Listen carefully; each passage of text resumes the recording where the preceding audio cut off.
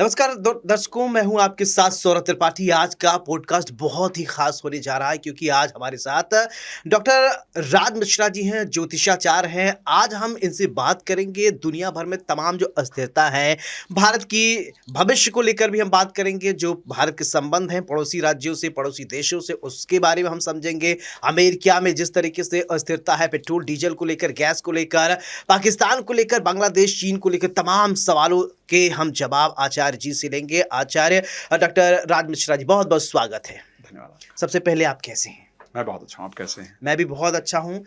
आचार्य जी, सबसे पहला मेरा सवाल आपसे कि भारत में 5 राज्यों में चुनाव चल रहे हैं। राइट। चुनाव के भविष्य क्या आप देख रहे हैं? पांचों राज्यों में बीजेपी की क्या स्थिति रहेगी, अन्य पार्टियों की क्या रहेंगी? खासकर अगर हम बात करें बंगाल और असम, कैसे देखते हैं? जी बिल्कुल।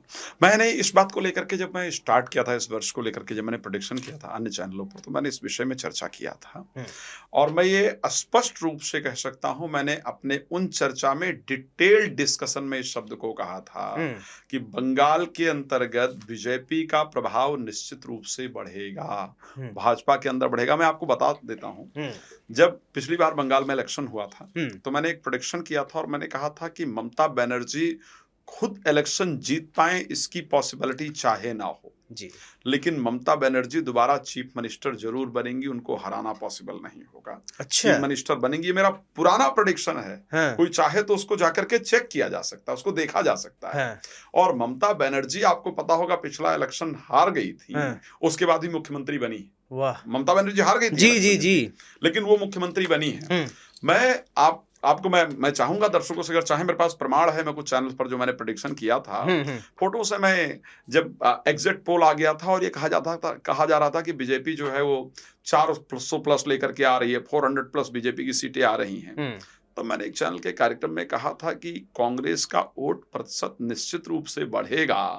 और जो ये कंडीशन दिख रही है, ये मुझे बहुत क्लियर नहीं दिख रही है जो एग्जिट पोल दिखा रहे हैं, और एक्चुअल में कांग्रेस का वोट प्रतिशत बढ़ा। हम सभी लोगों ने परिस्थितियों को देखा था। इस बार का जो पूरा घटनाक्रम दिख रहा है, जो परिस्थितियां इस बार की नजर आ रही है, उसके दृष्टि से मैं ये निश्चित रूप से कह सकता हूं कि इस बार जो भारत की दृष्टि से अगर देखा जाए तो बंगाल में भाजपा का जो प्रभाव है वो बढ़ता हुआ नजर आ रहा है। सरकार मेरे दृष्टि से बीजेपी सरकार बना रही है। हाँ, इस बार की जो यानी मुख्यमंत्री ममता बनर्जी एक्स हो जाएंगी, हाँ, इस बार की जो परिस्थिति दिख रही है, हाँ। उसके अंतर्गत ममता बनर्जी इस बार तो बंगाल में दर्शकों ध्यान से सुनिए, राज मिश्रा जी का ये प्रेडिक्शन है, भविष्यवाणी है कि इस बार पश्चिम बंगाल में ममता बनर्जी की सरकार जा रही है, भारतीय जनता पार्टी की सरकार आ रही है। देखिए, भविष्यवाणी इंडिया न्यूज पे हो गया है। हम रिजल्ट आने के बाद इस पर चर्चा करेंगे और देखेंगे कितनी सत्यता इसमें है। चलिए, ठीक है महाराज जी। मेरा अब एक सवाल दुनिया भर से, वॉर आप देख रहे हैं, अस्थिरता, अमेरिका, इजराइल। मैंने सुना था कि आपने एक ऐसा प्रेडिक्शन किया था दुनिया भर में, वो सत्य हो गया और वो हो रहा है। तो आचार्य, क्या लगता है कि वॉर खत्म होगा, भारत के संबंध अमेरिका से अच्छे होंगे, इजराइल अमेरिका के बीच में जो चीजें चल रही हैं, क्या इसका भविष्य दिख रहा है? देखिए, एक बात ध्यान रखिएगा, मैं बड़ा क्लियरिटी से कहना चाहता हूं, क्योंकि हाँ, मैंने अपने खुद के चैनल पर एक वीडियो बनाया था 2025 दिसंबर में, जिसमें मैंने ग्रह के डिस्कशन पर चर्चा किया था, ग्रह की जो प्लैनेटरी पोजीशन है उस पर चर्चा किया था।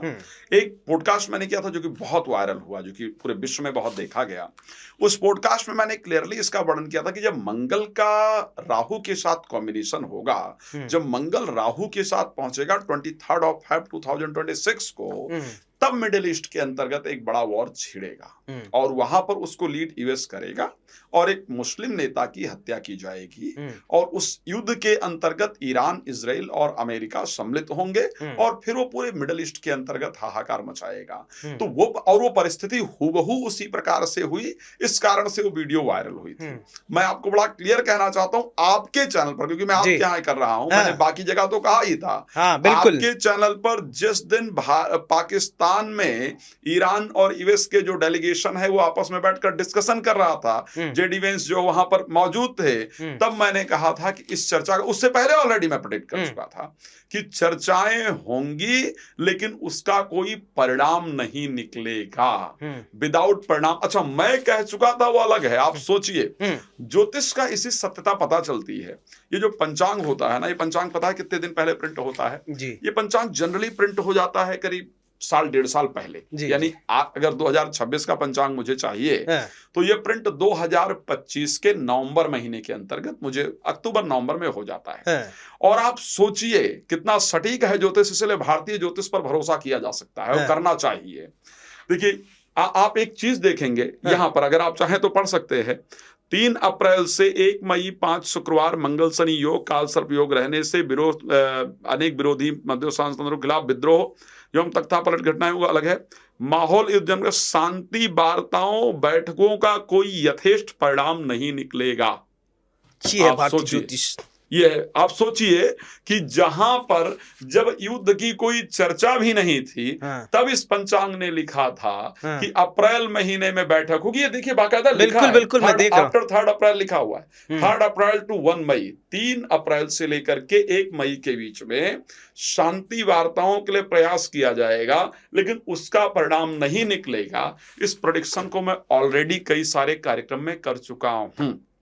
अब आप सोचिए, ना तो तब युद्ध स्टार्ट हुआ, ना कोई चर्चा स्टार्ट हुई, ना जेडी वेंस ने मुझसे डिस्कस किया, ना ईरान ने मुझसे डिस्कस किया, लेकिन एक्चुअल में क्या रहा, जो अब हो रहा है उसको हमारे शास्त्रों के अंतर्गत पहले वर्णन किया जा चुका है। आचार्य देखिए, आपने समस्या के बारे में बताया, आपने ये भी बताया कि आप जो पंचांग लेकर आए हैं और उसमें मैंने देखा पढ़ा कि उसमें लिखा, मैंने पढ़ लिया, बिल्कुल इसमें लिखा हुआ है। और ये आप इस वाले जगह पर होगा। जी मैं लिखा हूँ बैसाख माह 3 अप्रैल से 1 मई तक 5 शुक्रवार मंगल शनिवार योग काल सर्प के विषय के बाद के साथ लिखा है शांति वार्ताओं बैठकों का कोई यथेष्ट परिणाम नहीं निकलेगा। यथेष्ट मतलब अच्छा परिणाम नहीं निकलेगा, वो ठीक है, ये तो मैंने आपके इसमें पढ़ लिया। लेकिन मैं ये समझना चाहता हूँ कि जब परिणाम नहीं निकल पाएगा तो कोई उपाय, ऐसा कोई चीज है, दुनिया में अस्थिरता हो रही है। अब देखिए भारत में किस तरीके से पेट्रोल को लेकर त्राही है, एलपीजी गैस को लेकर देख रहे हैं क्या स्थिति है, लाइन में लोग लगे हुए हैं, तो हमारे देश का क्या होगा, भविष्य? देखिए अगर मैं भारत की बात करूं, क्योंकि भारत के दृष्टिकोण से देखा जाए, अभी जो भारत की महादशा चल रही है, भारत का वृष लग्न है, जो भारत स्वतंत्र हुआ है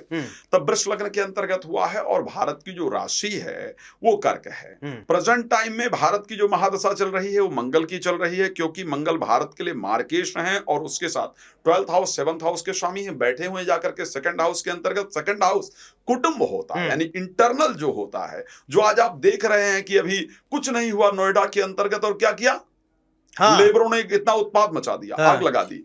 मतलब भारत का जो आंतरिक परिस्थिति है। एक और चीज, राहु भ्रम के प्लैनेट है, राहु एंजाइटी के प्लैनेट है, राहु वहम के प्लैनेट है, राहु फोबिया के प्लैनेट है।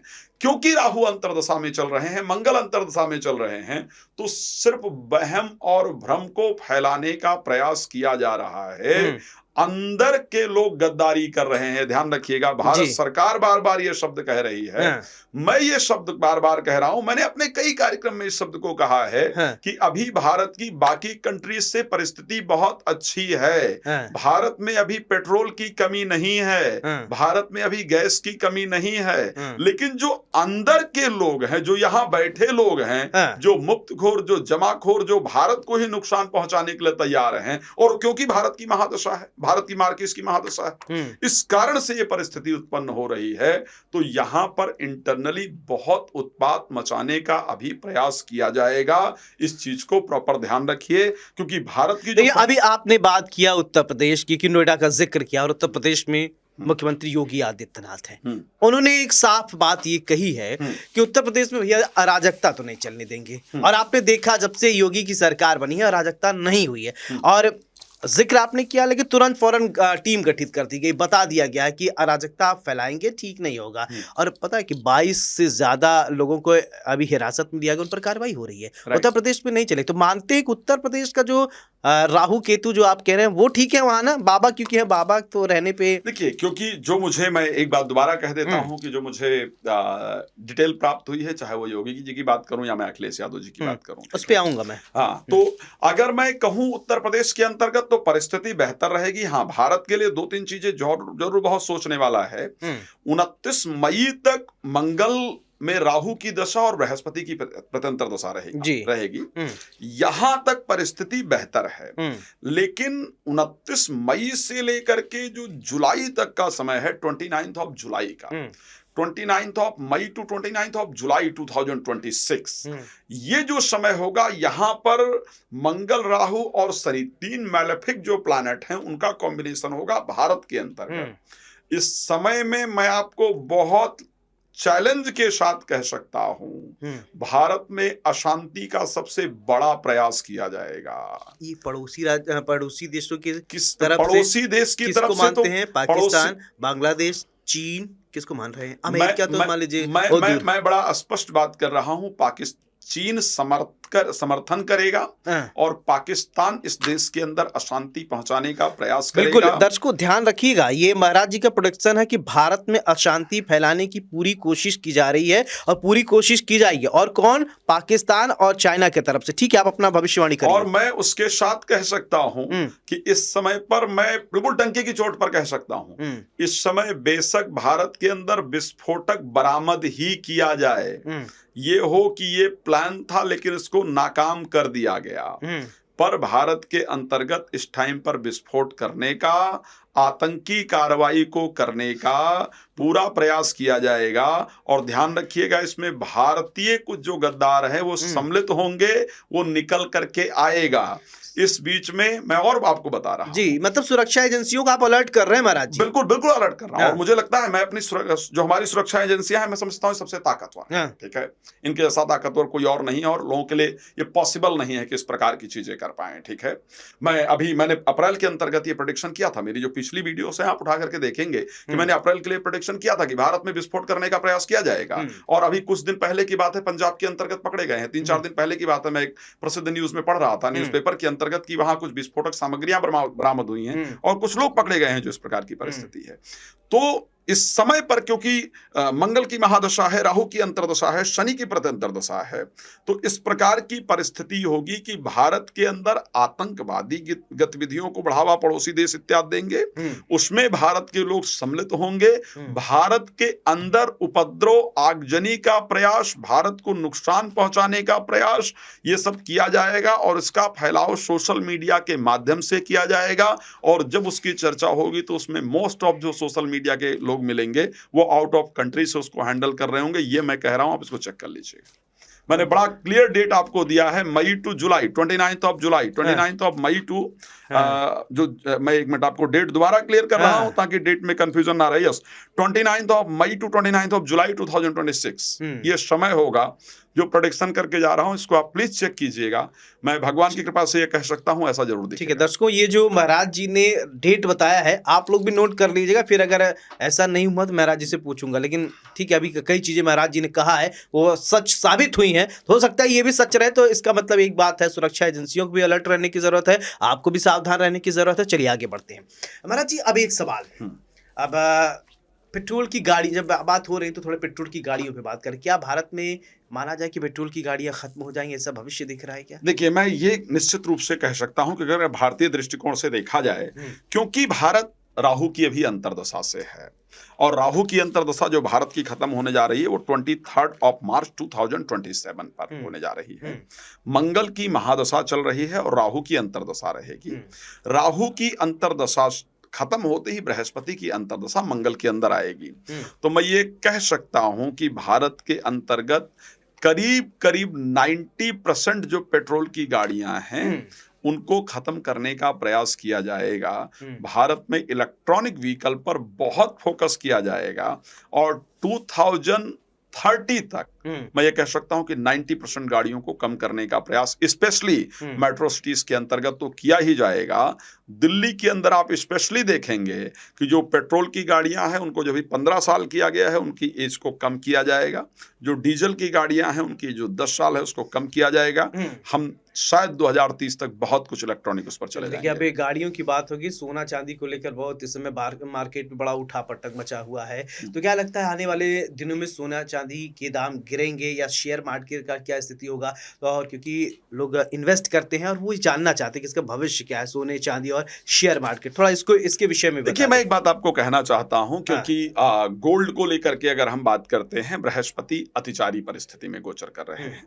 बृहस्पति जून के अंतर्गत चले जाएंगे, कर्क राशि में एग्जॉल्टेड हो जाएंगे, और बृहस्पति गोल्ड के कारक प्लैनेट हैं। जून से दोबारा जो गोल्ड है वो ऊपर जाएगा, ये ध्यान रखिएगा। जून से दोबारा जो गोल्ड की परिस्थिति है वो ऊपर जाएगी। मैंने जब इस वर्ष के स्टार्टिंग में कई सारे पॉडकास्ट किए थे तो मैंने ये क्लियरली वर्णन किया था कि गोल्ड से ज्यादा फायदा इन्वेस्टमेंट करने में है तो चांदी में है, उसको कीजिए। और चांदी में भी जिसने इन्वेस्ट किया वो बड़ा अच्छा रिजल्ट वो दे करके गया। लेकिन जैसे ही बृहस्पति परिवर्तन करेंगे कर्क राशि के अंतर्गत, फिर सिंह राशि में जाएंगे, तो जून के बाद गोल्ड के प्राइसेस निश्चित रूप से अप होंगे, ऊपर जाएंगे, और अक्टूबर के बाद उसकी परिस्थिति और ऊपर जाएगी। शेयर मार्केट 2027 के जून तक बहुत फ्लैक्चुएट करेगा। जुलाई में शनि के वक्री होने पर, जुलाई से लेकर के नवंबर तक जब शनि वक्री रहेंगे, तब कुंभ राशि के अंतर्गत शनि गोचर करेंगे। मीन में है, वक्री होंगे तो कुंभ से प्रभावित करेंगे। यहां पर साथ में राहु भी हैं, इसलिए शेयर मार्केट इस टाइम पर आकर के स्थिर होगा। इस time share market, July to November share market के अंदर स्थिरता रहेगी, लेकिन जुलाई से पहले शेयर मार्केट की हालत खराब रहेगी। बहुत सारा फ्लक्चुएशन रहने वाला है। जो लोग भी ट्रेडिंग इत्यादि करते हैं उनको बहुत सावधान रहने की इस टाइम पर आवश्यकता है। फिर नवंबर के बाद भी यही परिस्थिति रहने वाली है। जब नवंबर के बाद शनि, जब जून 2027 में शनि मेष राशि के अंतर्गत प्रवेश करेंगे, तब जाकर के परिस्थितियां नॉर्मल होंगी। तो जो लोग भी शेयर मार्केट में काम करते हैं, मैं आपसे रिक्वेस्ट करूंगा कि प्लीज केयरफुल रहिए इस समय पर। बिल्कुल। सोना चांदी के बारे में आपने थोड़ा, सोना की इन्वेस्ट करें कि ना करें, खरीदे कि ना खरीदे, शादियां हैं लोगों के घर में, बेटियों की शादी होने वाली है, लड़कों की शादी होने वाली है, तो क्या करें? मेरे हिसाब से जिन लोगों को गोल्ड परचेस करना है, अभी परचेस करने का टाइम है, उनको परचेस करना चाहिए। मैं बिल्कुल क्लियरली बता रहा हूं आपके यहाँ, आज के रेट को आप बिल्कुल चेक कर लीजिएगा। 1 जून को बृहस्पति के जैसे ही कर्क राशि में बृहस्पति एग्जॉल्टेड होंगे, उसके बाद चेक कर लीजिएगा। अगर आपको, मैं बड़ा क्लियर कह रहा हूं, आप 29 ऑफ मई को या 30 ऑफ मई को गोल्ड का प्राइस चेक कीजिएगा, और 2 जून को चेक कीजिएगा। आपको 29 ऑफ मई या 30 ऑफ मई और 2 ऑफ जून के बीच में गोल्ड के प्राइसेस में आपको बहुत डिफरेंस नजर आएगा। सुन रहे हैं आप लोग, ध्यान दीजिएगा, और ये बहुत महत्वपूर्ण बात है, इसको नोट कर लीजिएगा। महाराज जी जो कह रहे हैं, आचार्य जी जो कह रहे हैं। चलिए ठीक है आचार्य जी, अब एक सवाल। देखिए, हमने गोल्ड की बात कर ली, अन्य बातें कर ली। अब देखिए, आसपास जो माहौल अच्छा होगा ना, तभी सही रहेगा। पड़ोसी अपना कहते हैं ना, पड़ोसी अगर सही है ना, सब कुछ ठीक है। तो भारत की अगर पड़ोसियों के साथ संबंध की बात करें, पाकिस्तान, नेपाल, चीन, बांग्लादेश, क्या लगता है कि संबंध सही रहेंगे, भविष्य में गड़बड़ और हो जाएंगे? देखिए, मैं पड़ोसियों के साथ बहुत अच्छे रिलेशन को रहते हुए नहीं देख पा रहा हूँ। बड़ा क्लियर बता रहा हूँ, जो सिचुएशन अभी चल रहा है उसके अकॉर्डिंग जो भारत के लिए है, वो पड़ोसियों के साथ बहुत अच्छे रिश्ते हों उसके चांस बहुत कम है। एक बात और बता रहा हूँ, मई के महीने में भारत सरकार के अंतर्गत मंत्रिमंडल में परिवर्तन हो, इस प्रकार की भी परिस्थिति है, इसको ध्यान रखिएगा। केंद्र सरकार में? हाँ, केंद्र सरकार में मई महीने में मंत्रिमंडल के अंतर्गत परिवर्तन किया जाए, इस प्रकार की परिस्थितियां होंगी। और भाजपा सहयोगी पार्टियों में मतभेद नजर आएगा, ये भी आप देख पाएंगे। मई महीने के अंतर्गत भाजपा मंत्रिमंडल के अंतर्गत चेंज हो, इस प्रकार की परिस्थिति होगी, और सहयोगी पार्टियों के अंतर्गत मतभेद होगा, इस प्रकार की परिस्थिति देखने को मिलेगी। भारत का अगर मैं पड़ोसियों के साथ रिश्तों की बात करूं, क्योंकि मंगल 2nd हाउस के अंतर्गत गोचर करेंगे, 3rd हाउस के अंतर्गत जो परिस्थितियां हैं वहां पर ऑलरेडी बैठे हुए हैं, शुक्र बैठे हैं, सूर्य हैं, शनि हैं, चंद्रमा हैं, बुध हैं, ये परिस्थिति है। पड़ोस में स्पेशली पाकिस्तान के साथ हमारे रिश्ते कभी बेहतर रहे नहीं हैं और नहीं रहेंगे। इवन अगर मैं जून की बात करूं, खप्पर योग का निर्माण हो रहा है। जब पहलगाम अटैक हुआ था, जब पिछली बार पहलगाम ही आई थिंक जो घटना हुई थी जहां पर टूरिस्टों को मारा गया था, वहां पर जो है उस टाइम खप्पर योग का ही निर्माण था। खप्पर योग के अंतर्गत ही वो घटना घटित हुई थी। खप्पर योग क्या होता है? खप्पर योग में जब कुछ प्लैनेट की जो पोजीशन बन जाती है, शनि इत्यादि की पोजीशन बन जाती है, समसप्तक योग इत्यादि बन जाता है, तो डिफरेंट योग होते हैं जिनका निर्माण होता है। प्लैनेटरी पोजीशन के अकॉर्डिंग सम योग बनते हैं, तो उसी में से एक खप्पर योग है। तो उपाय भी कुछ होगा? उपाय यही होता है कि ध्यान रखना होता है। इस टाइम पर आपको कोशिश करना होता है कि आप भीड़ भाड़ वाले इलाके में जाने से बचें। इस समय आपको कोशिश करना होता है कि आप अनावश्यक रूप से यात्राएं इत्यादि करने से बचें। बहुत सारा ये ध्यान रखना होता है। देखिए आप यात्रा की बात कर रहे हैं, अब बहुत जल्दी आप देखने को मिलेगा कपाट जो है वो खुलेंगे। चाहे चार धाम के केदारनाथ की बात करें, बद्रीनाथ की बात करें, तो जाना सही है। देखिए मैं एक बात कहूंगा, जब हम धर्म की यात्राएं करते हैं, ठीक है, धार्मिक यात्रा पर वैसे भी एस्ट्रोलॉजिकली कहा जाता है कि जब भी धार्मिक यात्रा पर पहले जब लोग जाते थे ना, तो हम भगवान को समर्पित होने जा रहे हैं। ठीक है, जब हम धार्मिक यात्रा पर जाते हैं तो हम भगवान को समर्पित होने जा रहे हैं। और धार्मिक यात्रा पर जाते हैं तो परमात्मा आपकी सुरक्षा करता है। आपने अहमदाबाद प्लेन क्रैश में एक चीज देखा था, एक व्यक्ति बच गया है, नहीं है? तो कई बार ऐसा होता है। श्री रामचरितमानस में एक चौपाई है कि धरी न काहू धीर सबके मन मन सिजहरे और जे राखे रघुवीर ते उबरे ते ही कालम हो। तो जब धार्मिक यात्रा पर हैं तो परमात्मा आपकी रक्षा करेगा। मैं कभी नहीं कहूंगा कि धार्मिक यात्रा पर नहीं जाना चाहिए, लेकिन धार्मिक यात्रा पर जाते हुए भी परिस्थितियों का ध्यान रखना महत्वपूर्ण है, व्यवस्थाओं का ध्यान रखना महत्वपूर्ण है। एंजॉयमेंट के लिए धार्मिक यात्रा पर नहीं जाना चाहिए। कुछ प्राकृतिक घटनाएं होने वाली हैं। हाँ बिल्कुल। देखिए अब एक सेकंड के लिए दर्शकों आपको रोकना चाहूँगा और ये कुछ पेपर हम आपके उठाने चाहेंगे। हाँ ठीक है। तो महाराज जी, तो ये सारी कुंडली आपके पास हैं। यस। और चलिए, अच्छा महाराज जी आगे बढ़ूँ, मैं एक बात समझना चाहता हूँ, आप गदा लेके चल रहे हैं महाराज जी। मैं एक बात कहना चाहूँगा, मेरे जीवन में हनुमान जी की बड़ी कृपा रही। ठीक है, संकट कटे मिटे सब पीरा जो सुमिरे हनुमत बलबीरा। मैं उसका एक कारण बता रहा हूँ। मैं गदा लेकर के चलता हूँ और मेरे इष्ट का ये बहुत सुंदर एक निशानी है हनुमान जी का, और मैं इसी को लेकर के हमेशा चलता हूँ। और मुझे लगता है कि जो कुछ मैंने किया है आज तक, आप सोचिए जिस प्रेडिक्शन को शायद पूरी दुनिया ने लोहा माना, भारतीय ज्योतिष का, मैं आपको एक बात बता दूं, बहुत हैरान होंगे। पाकिस्तान के इतने लोग कांटेक्ट करने के लिए मुझसे परेशान थे, इतने लोग। मैं अगर चाहे तो मैं अपने ऑफिस का डाटा आपको दिखाता हूं। बेचारे यूके में, क्योंकि हम पाकिस्तान से बात नहीं करते हैं, पाकिस्तान वालों से हम कभी बात नहीं करते हैं, हम बांग्लादेश वालों से बात करने का नहीं प्रयास करते हैं, नहीं बात करते हैं। आपको बताना चाहता हूं, लोग यूके यूएसए से समय लेकर के वहां के नंबर, जो लोग वहां रहते थे, जब पता चले कहां जन्म हुआ, कराची में जन्म हुआ, तो एक भगवान की कृपा रही कि वो वीडियो मेरी इतनी वायरल हुई। अच्छा, इस कारण से, और उसका कोई अगर एकमात्र योगदान रहा तो मैं कहता हूं वो हनुमान जी की कृपा रही। मैं जब दिल्ली के अंदर पहली बार आया था ना, मैं उत्तर प्रदेश अयोध्या से आता हूँ। अच्छा, वाह। ठीक है, जब मैं दिल्ली में पहली बार आया था ना, तो मुझे एक सुंदर कांड करने का सौभाग्य प्राप्त हुआ कि आपको सुंदर कांड का रोज पाठ करना है। ठीक है, अगर मैं अपनी हिस्ट्री बताऊं, जब मैंने पहली विदेश यात्रा की थी, मैं ऑस्ट्रेलिया गया था और मैं सुंदर कांड करने के लिए गया था। अच्छा, मैंने अपने जीवन का पहला टीवी शो लाइव किया था।